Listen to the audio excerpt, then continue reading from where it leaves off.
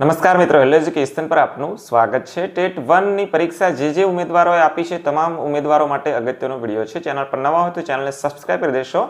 Video સારો લાગે તો તમામ મિત્રો સુધી અવશ્ય શેર કરશો।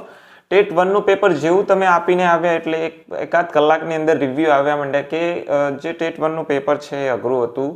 ઘણા મિત્રોએ એવું પણ કહ્યું કે મીડિયમ હતું, એમ કે થોડું અઘરું થોડું સરળ પણ હતું અને ઘણા મોટાભાગના જે ઉમેદવારો છે એમનો રિવ્યુ એવો હતો કે ટેટ 1 નું પેપર મીડિયમ છે, પરંતુ જે પેપર છે એ લાંબુ હતું અને એના કારણે વિકલ્પો ટીક કરવામાં પૂરતો સમય એને વિચારવા માટે મળ્યો નથી, એમ થઈ અને અઘરું લાગ્યું। આવું મોસ્ટલી સ્ટુડન્ટે આ રીતનો રિપ્લાય મળ્યો છે।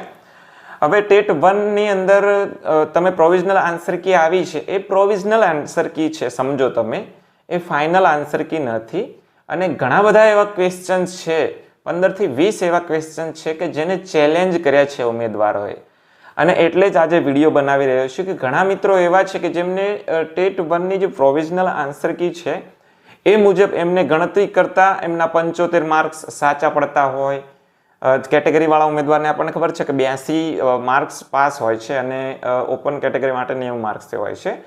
તો જે પણ ઉમેદવાર હોય કે જેમને ગણતરી કરતા માટે 75 સાચા પડતા હોય, 70 સાચા પડતા હોય, અમુકને 81 સાચા પડતા હોય, એક ગુણ માટે રહી જતા હોય, જ્યારે રિઝલ્ટ આવે ત્યારે તમને ખબર પડશે મિત્રો। એટલે અત્યારે તમે સાવચેત થઈ જવું જરૂરી છે કે આ જે આન્સર કી છે એ પ્રોવિઝનલ છે। તમારે ભલે 75 થતા હોય અને એમ તમે નિરાશ થઈ 75 થાય છે પ્રોવિઝનલ આન્સર કી માટે અને એમ થઈને તમે નિરાશ થઈને બેસી જશો તો નહીં ચાલે। આમાં ઘણા બધા એવા ક્વેશ્ચન છે કે જેને ચેલેન્જ કરવા પડે એવા છે। ઘણા બધા ક્વેશ્ચન છે, હું તમને એક પીડીએફ બતાવું છું। એ પીડીએફ મુજબ તમે જુઓ તો આટલા ક્વેશ્ચન તો ચેલેન્જ કરેલા જ છે।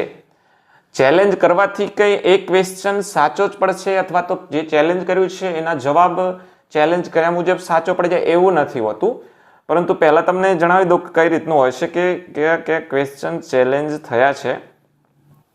તો આ પ્રમાણે જુઓ તો આટલા ક્વેશ્ચન છે એ ચેલેન્જ કરેલા છે। એક તો બ્રુનર દ્વારા રજૂઆત વાળો ક્વેશ્ચન છે, વર્તનવાદ, સમષ્ટિવાદ, પછી વિશિષ્ટ જરૂરિયાત ધરાવતા બાળકો છે, પછી ડિસ્લેક્સિયા વાળો જે બાળક છે એના માટેનું છે, પછી માપન મૂલ્યાંકન માટેનો ક્વેશ્ચન છે, મૂર્ત પરથી અમૂર્ત તરફ લઈ જવા, મૂળાક્ષર માટેનો જે ક્રમ છે એ, ત્યાર પછી શિક્ષકે બાળકોના ચિંતન શક્તિના વિકાસ માટેનો છે અને વ્યક્તિત્વનું દર્પણ છતું કરવા માટેનું કૌશલ્ય કયું છે એના માટેનો છે। ત્યાર પછી આ ઇંગ્લિશનો ક્વેશ્ચન છે અને ગણિત શિક્ષણ માટેનો જે ઉપયોગિતા પણ જવાબ આવે ઘણા બધાનું આવું કહેવું છે।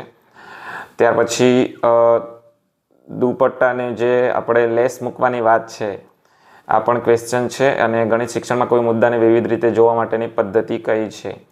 ત્યાર પછી જે જીસીઆરટીનું જે સ્ટેપ 4 આપ્યું છે એની જગ્યાએ સ્ટેમ આવે આવું પણ કંઈક છે।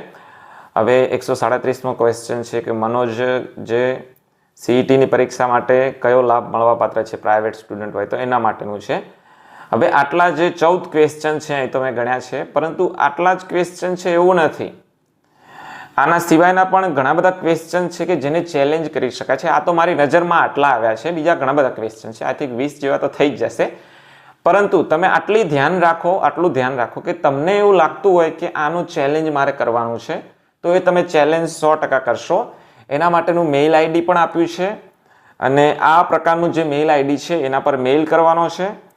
મેઇલ કેવી રીતે કરવાનો છે એ તમને સમજાવી દઉં તો પ્રશ્નને ચેલેન્જ કરવા માટે આ રીતની એક પીડીએફ બનાવવાની છે, જે ફોર્મ છે એ તમને વિડીયોના ડિસ્ક્રિપ્શનમાં આપી દઈશ। પ્રોવિઝનલ આન્સર કી સાથે સાથે જ અમને આ ફોર્મ મૂકેલું છે। અહીં ઉમેદવારનું નામ લખવાનું છે, ઉમેદવારનું નામ, ત્યાર પછી ઉમેદવારનું ઈમેલ એડ્રેસ અને ઉમેદવારનો મોબાઈલ નંબર, પરીક્ષાનો શીટ નંબર અહીં લખવાનો છે। આ તમામ વસ્તુ અહીં તમે જુઓ તો ફિલ કરેલું છે, જે ઉપરનું ખાલી હતું એ મેં તમને બતાવી દીધું છે, કે એક્ઝામ્પલ તમને આપ્યું છે અને જે ચેલેન્જ કરવાનો પ્રશ્ન છે ને બધી વિગતો આની અંદર આવી જાય છે। નીચે સ્ક્રોલ કરો એટલે પ્રશ્નનો સ્ક્રીનશોટ લઈ અને આપણે આ રીતનો પ્રશ્ન પણ મૂકી દેવાનો છે, કયા પ્રશ્નની અંદર તમારે ચેલેન્જ કરવું છે અને એનું સરકારી પ્રૂફ જોઈશે, એટલે સરકારી પ્રકાશન હોય કે એના દ્વારા સરકાર દ્વારા બહાર પડાયેલું પુસ્તક હોય અને એમાંનું તમારે પ્રૂફ જોઈશે। એમાંથી તમારે હાઇલાઇટ કરવાનું છે કે કયો પ્રશ્નને સંગત કયો, સુસંગત કયો ક્વેશ્ચન, કયો આન્સર આવે છે એ તમારે હાઇલાઇટ કરવાનું છે। તો આવી રીતનું મેં તમને ડેમો બતાવ્યો છે, તમે જે તે મેઇલ આઈડી પર મેઇલ કરવાનો છે અને આવી રીતની પીડીએફ બનાવી દેવાની, સેન્ડ કરી દેવાની છે। હવે એવું નથી કે એક વિદ્યાર્થીએ ચેલેન્જ કર્યું એટલે આપણે ચેલેન્જ ન કરવું. આપણે પણ ચેલેન્જ કરવાનું છે. વધારે વિદ્યાર્થીઓ થઈ જાય છે, ચેલેન્જ કરે છે, એની ફેવરમાં ક્વેશ્ચનનો જવાબ જઈ શકે છે, આવું પણ બની શકે છે. એટલે એવું નથી કે તમે ચેલેન્જ કર્યું એટલે બીજાએ ચેલેન્જ નથી કરવાનું. ત્યાં એક કમિટી જેવું હોય છે કે એક પ્રશ્નના ઘણા બધા જવાબ આવતા હોય તો કમિટી નિર્ણય લઈ લેતી હોય છે કે એને ગ્રેસિંગ આપવું કે પછી 2 જવાબ સાચા આપવા, 3 જવાબ સાચા આપવા, એક પણ જવાબ ના હોય તો ગ્રેસિંગ આવે, અથવા તો પર્ટિક્યુલર ભાઈ ખોટો જ જવાબ છે પ્રોવિઝનલ આન્સર કીમાં તો સાચો જવાબ આ જ આવશે તો ચેન્જ પણ થઈ શકે છે જવાબ. ઘણા બધા એવા પણ મિત્રો હશે કે જે શાંતિથી બેસી રહ્યા હશે કે મારે બસ 83 કે 82 ગુણ થઈ ગયા છે કે 90 ગુણ થઈ ગયા છે એટલે આપણે પાસ થઈ જશું. આવું નથી. પ્રોવિઝનલ આન્સર કી છે એ પ્રોવિઝનલ શા માટે નામ આપ્યું છે? પ્રોવિઝનલ જ છે. જ્યારે ફાઇનલ આન્સર કી આવશે ત્યારે તમારે સાચો પડેલો આન્સર કદાચ બદલાઈ પણ જશે. તો 82 ની જગ્યાએ 80 થઈ જશે, 81 થઈ જશે, 90 ની જગ્યાએ 88 પણ થઈ શકે છે. એટલે 2 બાજુનો રસ્તા છે. એટલે આપણા સાચા છીએ તો એના માટે આપણે ચેલેન્જ કરવું પડશે. અને આવા 14 પ્રશ્નો તો મેં તમને બતાવ્યા છે. બીજા પણ ઘણા બધા પ્રશ્નો છે, આઈ થિંક 19-20 જેવા થઈ જાય છે. હવે તમે એનું ફાઇનલ આન્સર કી આવે તો એમાં પ્રશ્નનો જવાબ છે એ બદલાઈ પણ શકે છે. 1 જવાબ, 2 જવાબ, 3 જવાબ સાચા પડી શકે છે અને ગ્રાહ્ય રાખી શકે છે.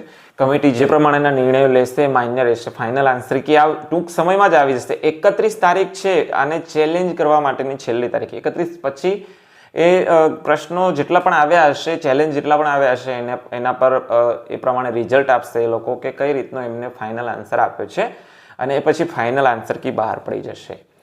એટલે તમે એવું ના માનતા કે નિરાશ થઈને બેસી ના જતા કે મારે હવે નપાસ થઈશ, અથવા તો ઘણા બધા રિલેક્સ થઈને બીજા બેસી ગયા હવે હું પાસ છું, મારે 84 ગુણ થઈ ગયા છે. જે ફાઇનલ આન્સર કી છે એમાં ઘણા બધા સુધારા થઈ શકે છે. ગ્રેસિંગ પણ મળી શકે છે. 3 થી 5 ગુણનું કદાચ ગ્રેસિંગ મળવા પાત્ર મને દેખાય છે.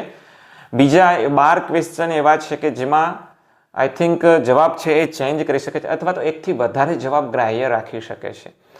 એટલે આવું છે. બની શકે તમારો ચેલેન્જ આપેલું એ ન પણ સ્વીકારે, પણ આપણને ડાઉટ જતો હોય તો ચેલેન્જ કરવું આવશ્યક છે. તો આજના વિડીયોની અંદર બસ આટલું જ જોવાનું છે મિત્રો. અવશ્ય ચેલેન્જ કરજો. વિડીયો ગમ્યો તો તમામ મિત્રો સુધી અવશ્ય શેર કરશો. ચેનલ પર નવા હોય તો ચેનલને સબસ્ક્રાઇબ કરી દેશો.